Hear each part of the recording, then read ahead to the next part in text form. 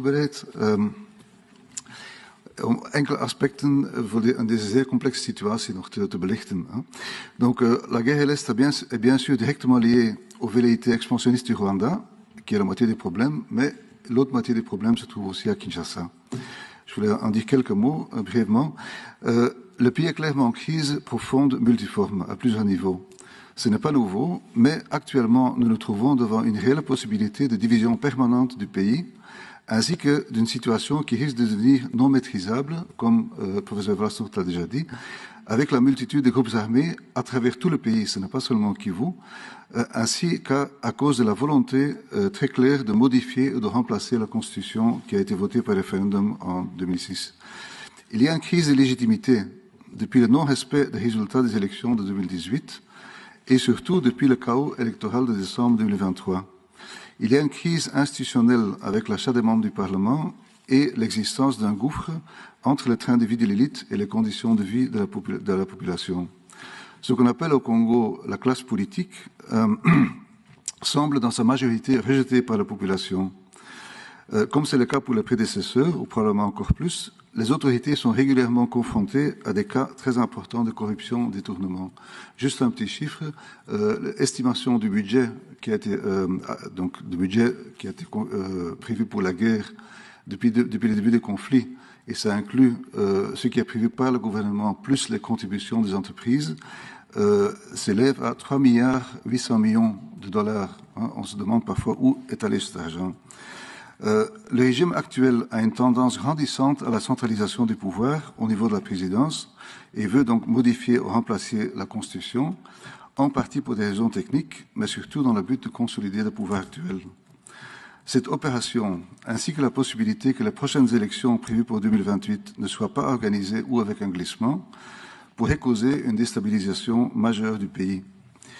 Le régime, qui a une attitude de plus en plus autoritaire, dirige à l'aide d'instruments de répression et a réussi à instaurer la peur dans la population. On n'a plus la liberté de parole et cet élément pèse lourdement sur la proposition de sortie de la crise, qu'on n'ose plus formuler.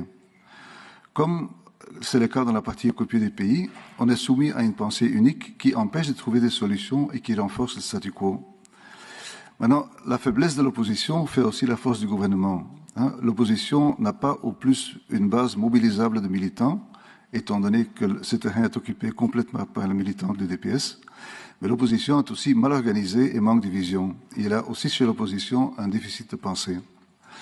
Il est malheureusement devenu très difficile de se forger une place d'indépendance entre d'un côté le gouvernement à Kinshasa et d'autre part les tenants du pouvoir de les territoires occupés qui, comme professeur Titeka vient de le dire, où on s'organise de plus en plus comme un espace autonome qui est évidemment indirectement contrôlé aussi par le Rwanda.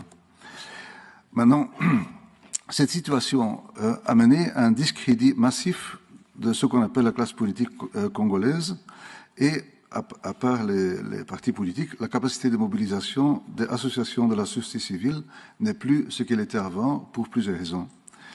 Maintenant, dans ce contexte, la voie des églises institutionnalisées et a une longue tradition possède toujours une autorité morale et une indépendance.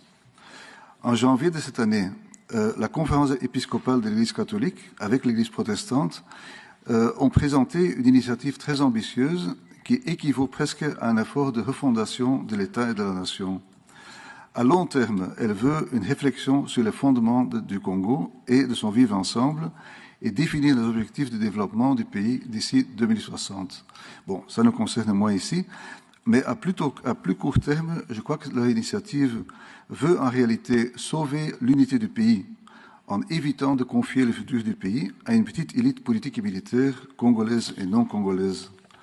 Dès le début, les églises ont voulu organiser un dialogue entre toutes les parties prenantes du conflit, d'abord au niveau national et donner une voix à la population. Maintenant, le premier objectif, il y a deux volets dans l'initiative. Le premier objectif, et qui a reçu le plus d'attention jusqu'à maintenant, est celui du dialogue inclusif afin de débloquer la situation politique. Il fait l'objet de beaucoup de critiques, car certains estiment qu'on ne peut pas dialoguer avec les agresseurs du pays qui répondent aux impératifs de Kigali. La condamnation à mort de l'ancien président Kabila rend également quasi impossible sa participation à un tel dialogue. Cependant, je crois que le véritable objectif des Églises était et est de créer un cadre de dialogue national qui devait justement neutraliser les influences extérieures avant, ce qu'on pourrait dire, de laver les linge sale en famille. Évidemment, il y a beaucoup de problèmes, professeur Vlasselot l'a indiqué, il ne s'agit pas maintenant de recourir à une grande foire où tout le monde veut être là. Les modalités sont encore à définir. Maintenant, le deuxième objectif de l'initiative est celui de donner une voix à la grande absente de négociations en cours, notamment la population, qui est la première victime des violences de tous bords. Ils veulent organiser ce qu'ils appellent un dialogue des experts. L'idée, c'est de mettre les vrais problèmes de fond sur la table afin de trouver des solutions durables et donc éviter un peu de faire des accords qui auront des résultats à court terme, quitte à ce que ça recommence encore de quelques années. Il y a des problèmes en RDC qui durent depuis des décennies et qu'on doit aborder de façon rationnelle.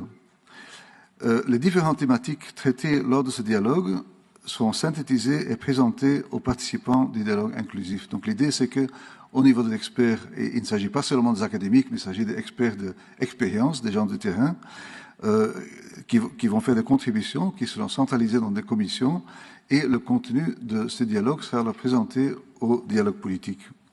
Sur base de ces deux dialogues, on doit élaborer un pacte social pour la paix et le vivre ensemble, qui donnera les orientations fondamentales pour le futur et qui doit fonder l'unité nationale. Au moins, ça, c'est l'ambition. C'est un peu comme le disait récemment le président de la CENCO, Monseigneur Mouteba, je cite, « Nous pouvons aller à Washington, à Doha, à Paris, mais les véritables enjeux se jouent sur place. Ce sont les Congolais eux-mêmes qui doivent se rassembler autour d'une table selon les schémas que nous avons tracés. » Finalement, encore une fois selon la feuille de route des évêques, le processus doit aboutir à une conférence internationale qui doit jeter les bases d'un vivre ensemble et une coopération au niveau régional. Évidemment, on a eu déjà beaucoup d'initiatives régionales. Il y a eu l'accord d'Addis Abeba, il y a eu le pacte de stabilité de 2006. Mais la différence qu'ils veulent, la différence avec les initiatives régionales précédentes, est que cette fois-ci, on veut mettre en avant les options et orientations congolaises avant d'aller au niveau régional, tandis que les autres initiatives sont passées du niveau régional d'abord au niveau national congolais après. Maintenant, cette piste que j'ai présentée très brièvement est loin d'être parfaite et présente un nombre d'obstacles. Elle est confrontée à l'incompréhension, de lourdes critiques et de scepticisme quant à sa faisabilité. Mais au vu de la progression ou non-progression des autres initiatives de paix, personnellement, je ne vois rien de meilleur. Elle a l'avantage d'être une initiative d'une instance indépendante et généralement respectée, écoutée, qui vise le long terme, loin des intérêts particuliers de la plupart des autres acteurs.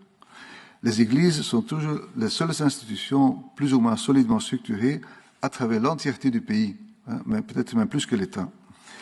C'est pourquoi que, personnellement, je crois que l'initiative mérite tout soutien de la part de la Belgique, comme notre pays l'a déjà fait dans le passé, dans des situations similaires et également critiques, et au-delà des décisions des autorités politiques nationales et étrangères.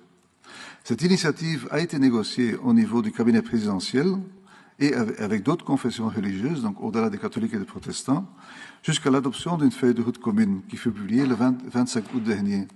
Donc c'était vraiment au cabinet présidentiel, avec le chef du cabinet, conseiller politique principal, chef du conseil stratégique, etc. Donc c'était vraiment à haut niveau que ça a été négocié.